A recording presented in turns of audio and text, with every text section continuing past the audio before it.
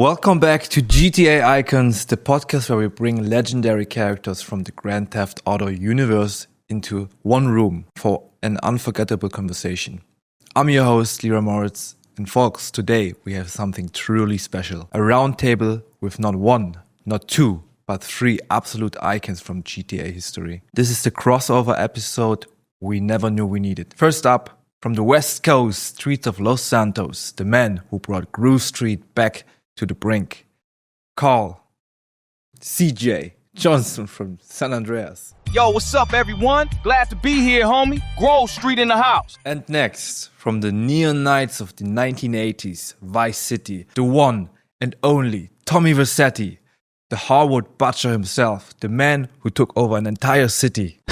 You made me sound like a big deal, Leroy. Well, maybe I am. Good to be here. Finally, from the gritty underbelly of Liberty City, circa 2001, the strong, silent Claude, the man who let his actions do the talking. Hey, does this guy even talk? Or is he gonna mime the whole show? Maybe he's conserving his words. Real strong silent type, huh? Claude, we're all friends here. You know, you can say hello, no pressure. But fans would love to finally hear your voice. Yo, Liberty City, cat got your tongue or what? Come on, man, give us something. Probably thinks he's too good to talk to us lowly mortals. That it, Claude? We beneath you now? Hey guys, maybe, Claude is not used to it. Let's ease up a little bit and that's okay. No rush. I mean, we finally get the infamous Claude on the podcast, and he pulls a mime act on us. This is quality radio right here. Aw, maybe he's shy. First time on camera, Claude? Need me to hold your hand? It's alright, no need to pressure him. We knew bringing Claude on the talk show was a bold move, given his history. History of not saying a damn thing? Yeah. Hey, maybe he's just waiting for a big dramatic moment. You know, first words and all that. Man, this is kind of sad. All these years, and still silent. Maybe he forgot how to talk. Either that or he thinks we're not worth his voice. Big shot, huh? Too important to even say hi? CJ, Tommy, come on, let's give him a minute. Seriously, dude, not even a hello? I've met gangsters with their jaws wired shut who had more to say. Maybe we should check his pulse. Hey, Claude, you alive in there? Enough! You want to hear me talk so bad? Here, shut the fuck up and let me sit in peace. You think this is funny? Huh? Making jokes at my expense, like I'm some kind of circus act for you two clowns. I have nothing to say to you two, got it? So back off and let me be. Whoa, relax. Who you calling a clown, fool? You out of your damn mind bringing a gun in the studio? Are you crazy, Claude? You better watch where you point that thing. Try me, Vercetti. I dare you. I've dealt with bigger hotheads than you, even ones with guns. You ain't special. Tough guy finally talks, and he brings a gun to a talk show? Real big man. Hey, whoa, Claude, put the gun down. And the rest of you guys, chill out, okay? Sit down. Come on, this is a friendly discussion, remember? A conversation, not a shootout. Let's just all take a deep breath, alright? Hey, nobody needs to get hurt here. We're just talking, okay? So save your fireworks for later, alright?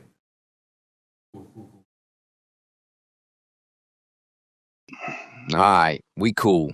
For now. Yeah, fine. Whatever. Just a little misunderstanding. Alright, everybody just relax, okay? That was unexpected. How about we move on and talk about something a little less explosive, huh? Well, that was quite the start, huh? Live studio excitement, folks. Never a dull moment on GTA Icons, apparently. Damn, Claude. Didn't know you had lungs or a voice. Yeah, congratulations on your first full sentence in, what, decades? Could have been a nicer one, but hey. Okay, now that we got the burst of energy out of the way, maybe we can actually settle in and, talk like civilized icons, huh? Sounds good? Alright, fellas, now that everyone's cool again, I gotta ask something that's been on my mind. You guys just had a gun drawn a minute ago. Crazy stuff. So tell me, are any of you actually afraid of guns? I mean, do you still feel fear or pain when you get shot? Because in your world, you've been through, what, hundreds of shootouts? Gotten wasted and respawned like it's a regular Tuesday. How do you deal with, death and coming back over and over? I mean, I had Steve from Minecraft on the show recently, and he told me in his blocky world, dying is still scary every time. Dying is still very scary. Every single time. Now you guys live in a way more dangerous cities than he does. So CJ, what about you? Do bullets still freak you out? How do you feel about the whole dying and respawning thing? Man, I'll be real with you, Leroy. I may run around acting all tough, but yeah, guns still scare the hell out of me sometimes. Getting shot ain't no joke. It hurts every time. Sure, I know I'll wake up outside some hospital moments later, but that moment when a bullet hits, it's pure fear and pain, man. First time it happened, I was like, this can't be real. I'm done. Even now, after what feels like the 100th time seeing that wasted sign, a part of me is still like, oh, here we go again. But coming back, that's a trip of its own. You think dying over and over would make you fearless, but nah. It messes with your head. I mean, how would you feel if you remember dying, the pain, the shock, and then you're suddenly outside a hospital good as new, except maybe missing a few bucks in your guns? It's surreal, man. Like, 1 minute I'm bleeding out on the street, the next I'm blinking in the sunlight thinking, was that all a bad dream? Or did I really just die? It's scary and kind of numbing at the same time. Over the years, I've gotten used to it enough to not freeze up every time someone points a piece at me. But believe me, I ain't never truly okay with it. Dying hurts, period. I'd be crazy if I wasn't at least a little afraid of getting shot. That's deep, man. I guess no matter how many respawns you got, pain is pain. Tommy, you were grinning a bit during that. How about you, Mr. Vercetti? Vice City's infamous crime boss. You afraid of a little gunfire or what? Afraid of guns? Nah, not really. Look, I grew up surrounded by guns and violence. I did 15 years in federal for, let's say an overreaction in Liberty City back in '78. After something like that, a shootout on the streets of Vice City is just another day at the office. Do I feel pain when I get shot? Sure, I'm not made of steel. It burns like hell. The first time I got riddled with bullets, I was confused as anyone when I woke up in the hospital. I was like, what the? How am I still breathing? But fear? If anything, getting wasted pissed me off more than scared me. Every time some 2-bit thug got a lucky shot on me, I'd respawn feeling angry, not scared. Angry that I let my guard down, or that I have to go collect all my damn guns again. I guess I'm a stubborn guy. Instead of fear, I get this adrenaline rush, like a vendetta to settle. I wake up, check out of the hospital, and I'm thinking, someone's gonna pay for that. So yeah, dying's not fun. Hospital food in Vice City is terrible, by the way, but I'm not scared of it anymore. I mean, I've come back from the dead more times than I can count. After a while, you start feeling invincible, or at least, you stop giving a damn. Not sure if that's good, or just plain crazy. Haha, the invincible Tommy Vercetti. I like the confidence. Now, Claude, you haven't said a word, but I'm real curious. You're the original gangster here, the strong silent type from Liberty City. You took a bullet to the face from Catalina and kept on coming. Do you fear anything? Guns, death, respawning? What's going on in that head of yours? See, with Claude, it's hard to tell. Guy shows less emotion than a brick wall. Yeah, I don't think I've ever seen Claude flinch, even when rockets are flying. He might actually be fearless, or just mute. Alright, I take that shrug as an answer.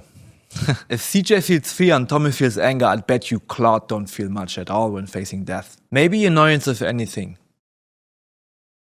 Alright guys, let's go real for a second. You've all been through shootouts, explosions, more than your fair share of hospital visits. But there's the question the fans keep asking. Do you ever wonder how many times you've actually died and coming back? I mean, we're talking billions of players over the years, even making you do the craziest things. CJ, you want to kick this off? Yo, Tommy, Claude, y'all ever wonder how many times we've been wasted and come back to life? I mean, think about it. My game, San Andreas 2004, sold about 27.5 million copies worldwide. That means roughly 27.5 million people have played as me, CJ. And you know every one of them caused mayhem in Los Santos. 27 million people controlling you. That's like an entire country of chaos, bro. Exactly. If each of those players got me killed, say, 100 times on average, and that's conservative, considering how often gamers goof off, jumping off buildings and trading bullets with cops, that's around 2.75 billion times I've died and been resurrected. 2.7 billion, man. No wonder I've got trust issues with hospitals. Every time I flatlined, I just wake up outside a hospital like nothing happened. Billions of deaths? Dude, you've been through hell more than any soldier in history. That's insane. And it's not just me getting wasted. I bet each player took out at least 100 rival gangsters or pedestrians on the streets. That'd be another 2.75 billion people killed by Carl Johnson across all playthroughs.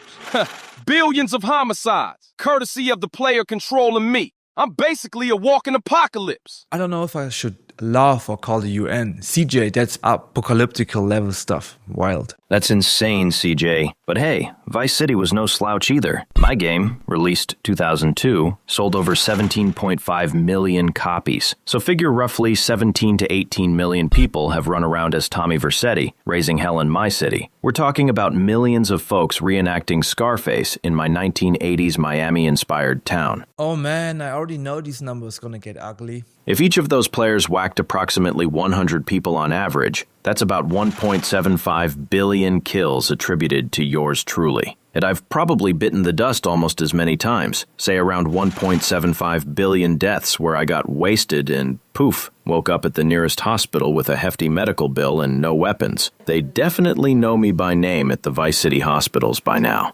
1.7 billion deaths and kills? Tommy, you're basically Florida Man, the video game. Sure, I may not have as many total players as you, CJ, but 1.75 billion corpses is still one for the history books. My kill count even got people talking in the news back then. They said Vice City pushed the limits of video game violence. No surprise there, given the body count I racked up with the players' help. Yeah, I remember that. Vice City was on every news channel. Parents thought you were the devil, Tommy. Turns out they were wrong. You were walking around with a billion souls on your conscience. Over 1.7 billion kills? Not bad for an old school gangster, Tommy. Between the two of us, that's well over 4 billion poor souls who met their end. But we gotta include our quiet friend here too. Claude may be the strong silent type, but Liberty City in 2001 was where it all started in 3D. Right. Claude, your turn. Don't be shy. Give us the stats from Grand Theft Auto 3. How many people took you for a spin? My game sold about 14.5 million copies, so roughly that many players played as me. At an estimated 100 kills per player, that's approximately 1.45 billion kills on my watch, and about 1.45 billion times I've been wasted and hauled off to the hospital to respawn and do it all over again.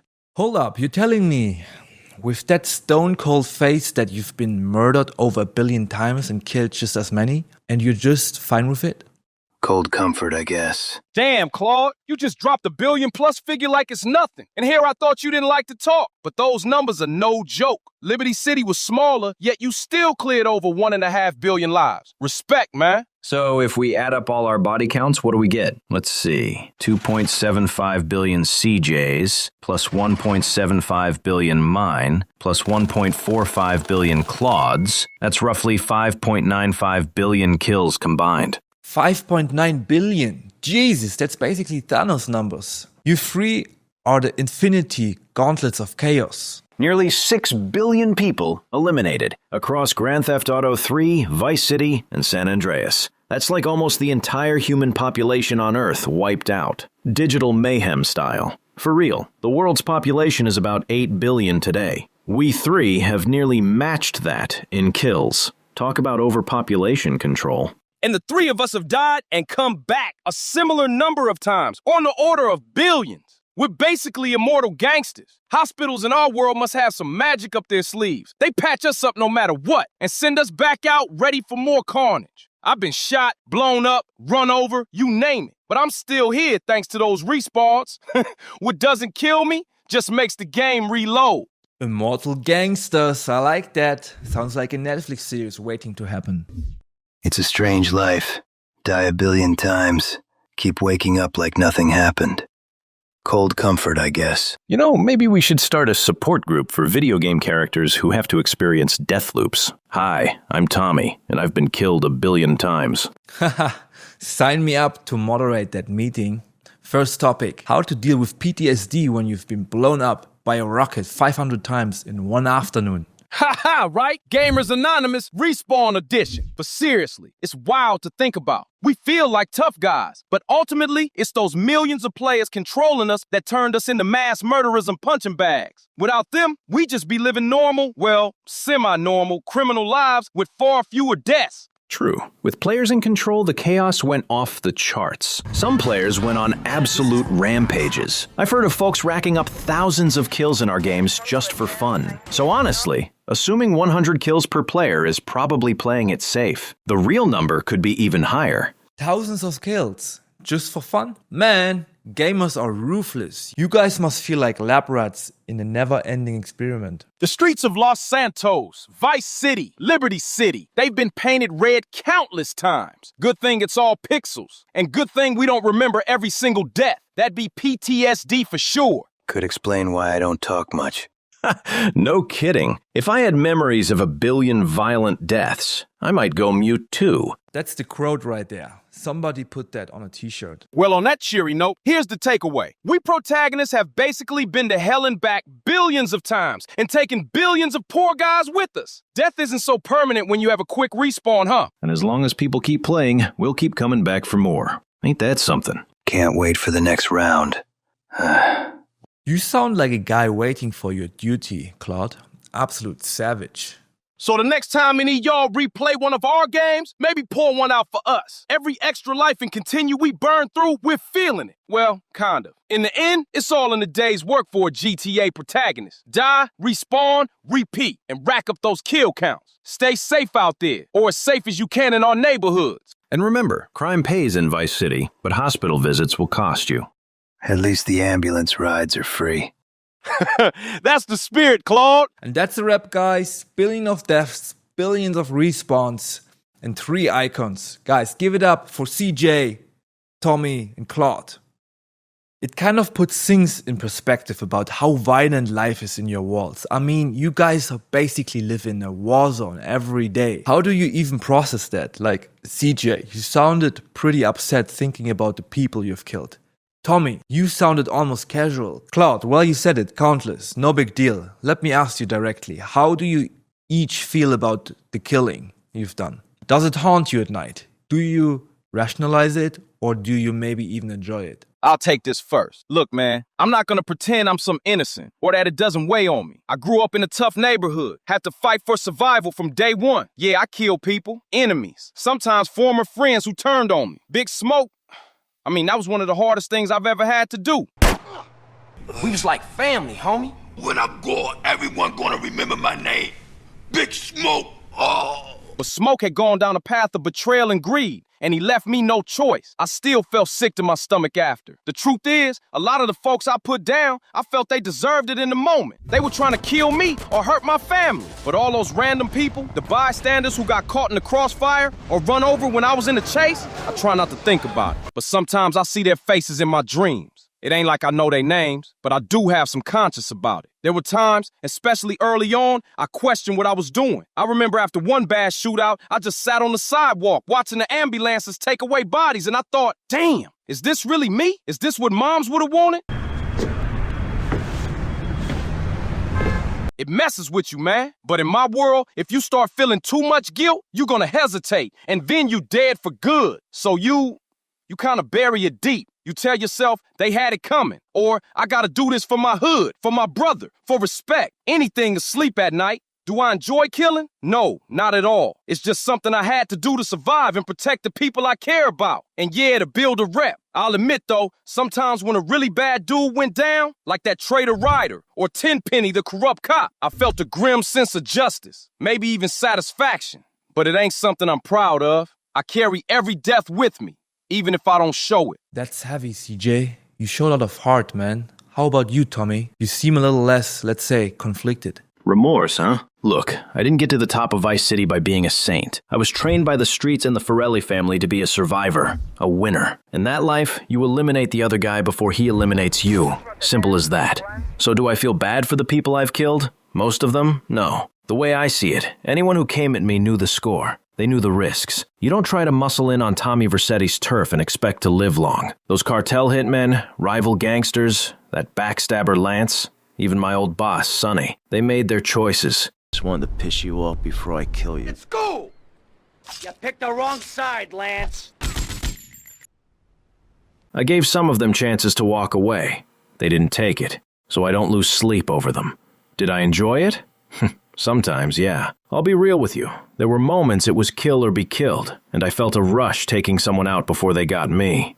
It's like power, knowing it's them on the ground and not you. That's the world I come from. If you show mercy at the wrong time, you end up in a body bag. So I did what I had to do and hardened myself to the violence. And I gotta say, becoming the king of Vice City, that didn't happen by playing nice. It happened by making sure my rivals feared me. Now I'll admit, a few deaths stuck with me. I'm not a total psychopath. Like that undercover cop I had to deal with. Kid was just doing his job, but he drew on me, so I put him down. Part of me felt bad about that one. And with Lance, yeah, that one stung. He was my partner for a while, almost like a brother. And when he betrayed me, I knew I had to do him. But when it was done, I did feel a pang of, I don't know, disappointment? Sad it came to that. If things were different, maybe he'd still be around. But you learn to compartmentalize. You tell yourself, it was him or me. Then you move on and don't look back. Bottom line, I did what was necessary. I don't go around brooding about it. Regrets are a luxury I can't afford. Would I do it all again? In a heartbeat. That's just how my world works. Ice cold. Appreciate the honesty, Tommy. Finally, Claude. You already gave us a pretty clear idea earlier. You don't feel much of anything about the people you've taken out, but I'm gonna press a bit more. You've had time to think while these guys talked. Any insights you want to share about all the killing you've done? There's nothing to think about. They were in my way. I removed them. We don't get to choose our lives. I didn't ask to get betrayed, shot, and left for dead. But once I was in that world, I embraced it. If someone needed to die for me to get what I want, money, revenge, whatever, then they died. End of story. I don't waste time on guilt or second thoughts. You asked if I enjoy it? Enjoyment isn't the word. It's just necessary. Although, seeing Catalina go up in flames felt good. Real good. I'm not to be trusted. Kill the idiot! But do I feel anything for the rest? Like I said, nothing. Maybe I've forgotten how. Or maybe I never had it in me to begin with. Chilling. Absolutely chilling, man. You three each have such different outlooks, but all of it comes from living through basically a marathon of violence. It's fascinating and kind of scary to hear it directly from you. You know, listening to this, I realize we players don't often stop and think about what it's like for you guys. We just hit restart or load a save and keep going, not considering your reality, your feeling over bullets, every loss. Your worlds are incredibly violent and unforgiving. And y'all have found a way to cope. Fear and duty in CJ's case, ambition and cold pragmatism for Tommy. And complete emotional shutdown for you, Claude. It's like looking into the psyche of people who live in a war zone that never ends. No wonder you all have, let's call them, unique personalities. I really want to thank you guys for opening up. I know this got heavy, but it's the kind of conversation that's real, you know? And I'm pretty sure the audience is as stunned as I am. This is the side of CJ, Tommy, and Claude we don't get to see in the games, the human side, the vulnerable side, even if some of you bury it deep. Thanks for having us talk about it, man. Not often people ask how we feel about all that stuff. Feels kind of good to put it out there. Yeah. Usually it's just do the job, say a one-liner, move on. This was different. Not bad. Well, I'm honored you felt comfortable enough to share. And to everyone watching, next time you pick up a game, maybe give it thought to what your favorite character might be going through, huh? they'll be there to respawn anyway. Alright, I let you guys off the hook with the heavy stuff. We've covered a lot. Fear, death, resurrection, mass murder, you know? Light-hearted podcast topics. Real lighthearted, yeah. Hey, it's one way to boost those ratings. For sure, and I think we've just broken the internet with this conversation. I can already see the headlines. CJ, Tommy, and Claude open up about infinite deaths and murders. And you won't believe what they said. This is the kind of content that is gonna blow up on TikTok and YouTube. I'm telling you. Just make sure you cut out the part where I admitted I'm scared of stuff, all right? I got a rep to maintain on Grove Street. No promises, CJ. The people gotta see the real you. As long as I look good, you can show whatever. The 80s taught me any publicity is good publicity. Haha.